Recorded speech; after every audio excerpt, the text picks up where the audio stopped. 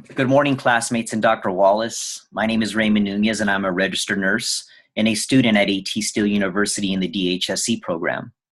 In regard to Module 10, the Learning Theories presentation, the learning theory that I will present and analyze is Connectivism. Presentation objectives. Presentation objectives include identifying the historical evolution of Connectivism, to determine the authorship of Connectivism, to identify key elements of Connectivism. Basically, what are the foundations that support Connectivism as a learning theory? 4, a critical analysis of the learning theory that includes its strengths and weaknesses will be highlighted. Additionally, identification of Connectivism's applicability to current educational environments will be presented. Finally, a presentation objective is to provide 3 exemplary examples of how I would apply Connectivism into my teaching strategies and philosophies. According to Shunk 2015, learning theories are theoretical frameworks that attempt to describe how people learn, process, retain, and retrieve information for future use. Examples of traditional learning theories include behaviorism, cognitivism, and constructivism. However, the 3 learning theories that I just mentioned were used to conceptualize how people learn before the frequent use of the internet, which includes social media, for learning purposes. Before providing a historical background of Connectivism, it is crucial to define Connectivism as a learning theory. Connectivism is a process in which networks of connections are used to attain knowledge. Additionally, according to Tarney 2014, Connectivism has been the most influential learning theory in distance and hybrid education. I would like to add that according to Croft 2013, an example of Connectivism is when an individual can formulate new knowledge from a network of connections. I will elaborate later, but examples of connections from various networks include social media, such as Facebook and Twitter. In addition, examples of connections of networks in which students can formulate knowledge are via blogs, PowerPoint presentations, and webinars. Finally, examples of connections used to learn would be anything that has been utilized here at Steele University in the DHSc program. The historical evolution of Connectivism.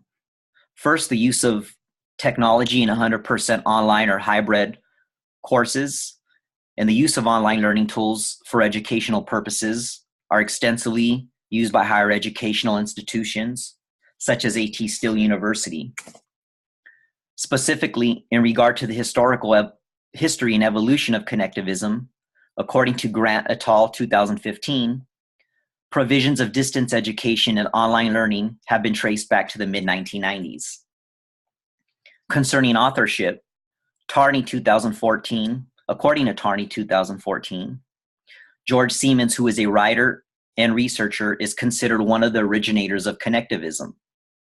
Additionally, Stephen Downes, who is a Canadian philosopher and is regarded as an expert in media that are native to computers, is also credited as being a creator of Connectivism, which was conceptualized by Siemens and Downes in 2004. Key elements of Connectivism. According to Siemens 2004, principles of Connectivism include knowledge attainment is dependent on a learner having a variety of options. Also, learning is a process that connects nodes of information, which involves learning information from organizations such as ATSU. Images. We can even learn from images, such as the image on the left-hand side of this slide. And online resources. Therefore, learning may not derive from a human element, such as a course facilitator. In addition, Siemens 2004 contended that an essential element of Connectivism is having the ability to attain new knowledge is more important than what is currently known by a learner. According to Siemens 2004, other critical ramifications of Connectivism include being connected and remaining connected to networks utilized in the learning process is required for continued learning. Also, it is imperative for the systems of connections to be inundated with current, accurate, and up-to-date information. Further, it is important to understand that a student or course facilitator does not always control the learning process. Another key component of connectivism includes having the understanding that learning is a decision-making process in itself. For example, I had to decide if I was strictly going to create a PowerPoint presentation for this course via voiceover or use video conferencing software such as Zoom and create a YouTube video. Finally, a fundamental notion of connectivism is to understand that learning is a continuous process, and correct answers today may be incorrect answers tomorrow. Before I critically analyze connectivism and talk about its strengths and weaknesses, I believe it is essential to discuss connectivism's applicability to current educational settings. Current educational environments in higher education, such as A.T. Still University and other highly regarded colleges, offer graduate programs and postgraduate studies that include doctoral programs, primarily via distance education. Additionally, current educational environments utilize, say, blogs, online discussion forums, virtual simulation laboratories, wikis, PowerPoint presentations, and webinars for knowledge attainment. Basically, using a personal computer, let's say a laptop or a tablet, an individual can connect to the node and network of connections to attain skills, knowledge, and ultimately an avenue for an individual to be successful in his or her educational journey. Further, according to Reese 2014, and as I have stated throughout this presentation so far, connectivism is a learning theory that has been widely hypothesized as being conducive to online and hybrid education. Therefore, connectivism is applicable because it can prepare a part-time or full-time tenured instructor for the current workforce. In addition, the connectivism mind map. Here's a connectivism mind map that I obtained from an online blog. From the blog, I learned other digital tools that an individual can use to facilitate learning includes emails, right? We can learn from emails, information via smartphones, Kindles, podcasts, online libraries such as the A.T. Still University Library, and the business and social website LinkedIn. A critical analysis of connectivism includes noting its strengths and weaknesses.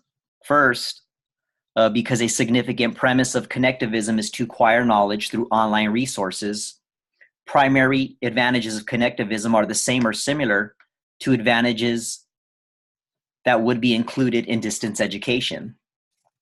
Therefore, according to SANE 2012, benefits of connectivism include connections can be made wherever and whenever an individual chooses to learn. Therefore, it is convenient, flexible, and conducive to individuals who have full-time jobs and families compared to a seated classroom setting.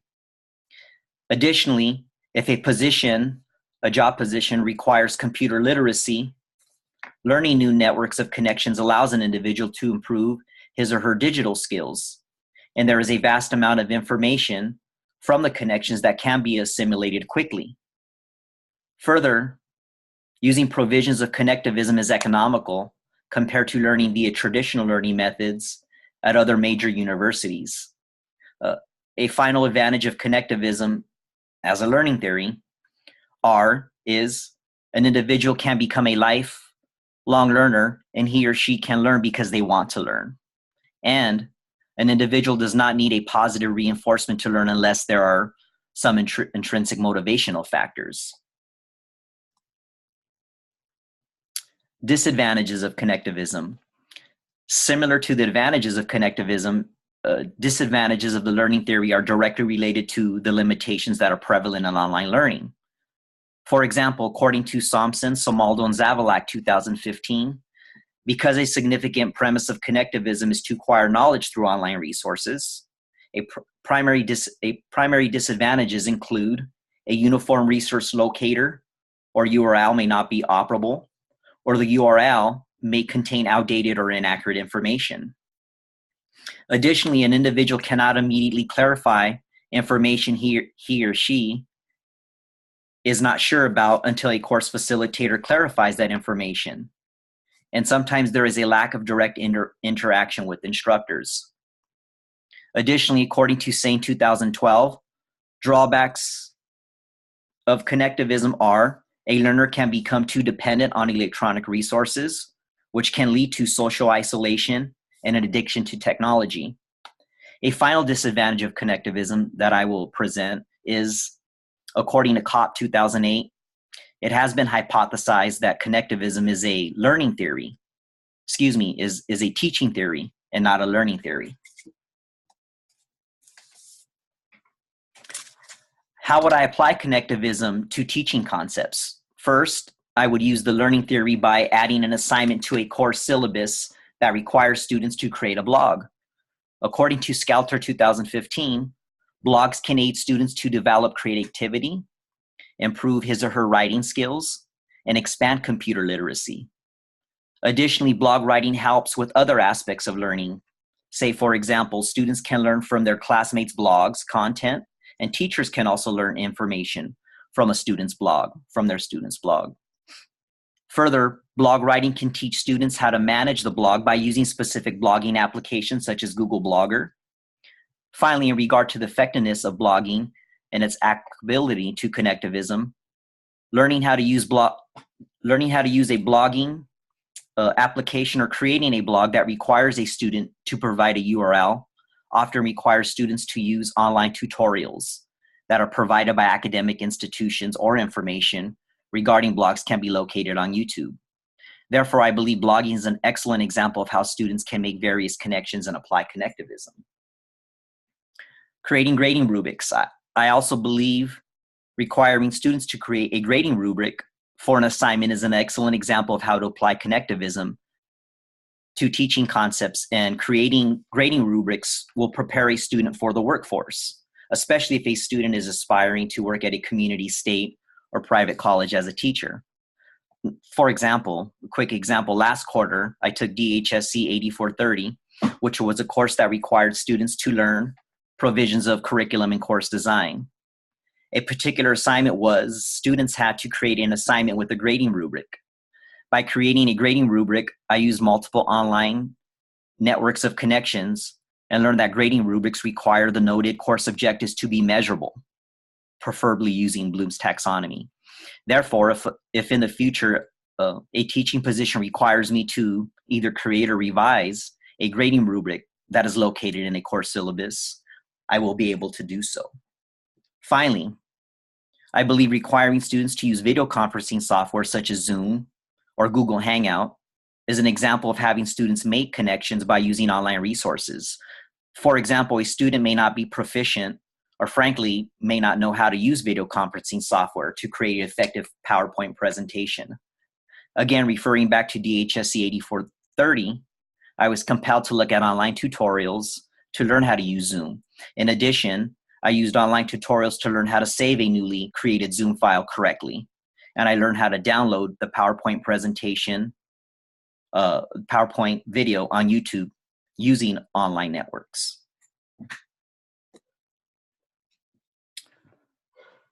Take-home points. As noted, according to Shunk 2015, learning theories are conceptual frameworks that attempt to explain how information is learned, stored, and retrieved for later use. I believe a question to ponder is, does connectivism depict how people use the internet to make connections from various online resources? A reason why I included this as a take-home point from this presentation is that during the analysis portion, I noted that according to COP 2008, connectivism has been hypothesized or theorized as a teaching and not a learning theory. My conclusion is not to influence anyone listening to this presentation to believe that connectivism is indeed a learning theory and to ignore the various scholars' attempts to discredit it as a learning theory. However, if you agree with the assumption that connectivism is not a learning theory, or that it does not aptly explain how students make connections and learn online, then I would ask you to ponder which learning theory does. But would an answer to the question be a traditional learning theory such as behaviorism, or a newer learning theory such as e-learning or the social learning theory?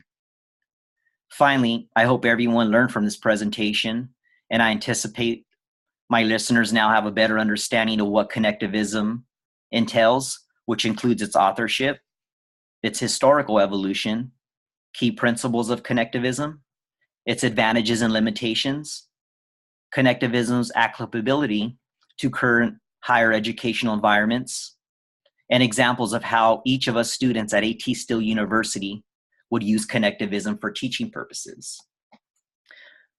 I would like to end by thanking everyone for their time and attention by watching this presentation. And just an FYI, the image credit for this JPEG and all JPEGs can be seen in the notes and the reference list. And real briefly,